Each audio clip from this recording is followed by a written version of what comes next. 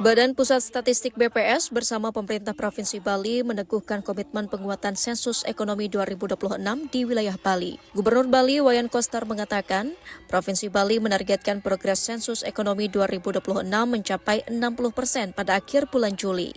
Wayan Koster menegaskan salah satu tujuan sensus ekonomi tersebut guna mengakurasi data agar alokasi sumber daya tepat sasaran. Bersama penguatan dalam rangka percepatan pelaksanaan sensus ekonomi di Bali 2020. Jadi saya sudah mendorong jajaran dan terutama petugas sensusnya ini supaya kerja lebih cepat lagi. Targetnya akhir Juli harus 60%. Tanpa data akurat kita tidak akan bisa bekerja dengan akurat. Hasilnya juga tidak akurat. Artinya alokasi sumber daya itu bisa tidak tepat sasaran.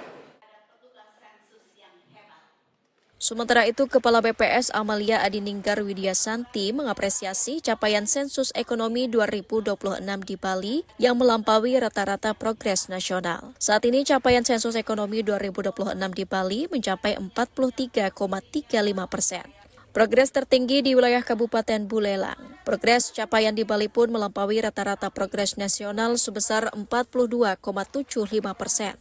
Kepala BPS juga mendorong agar masyarakat turut menyukseskan sensus ekonomi yang menjadi alat bantu untuk merumuskan kebijakan ekonomi pusat maupun daerah.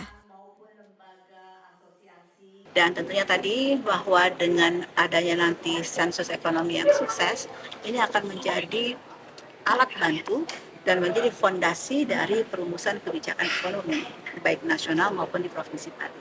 Ini akan menjadi alat kita bersama.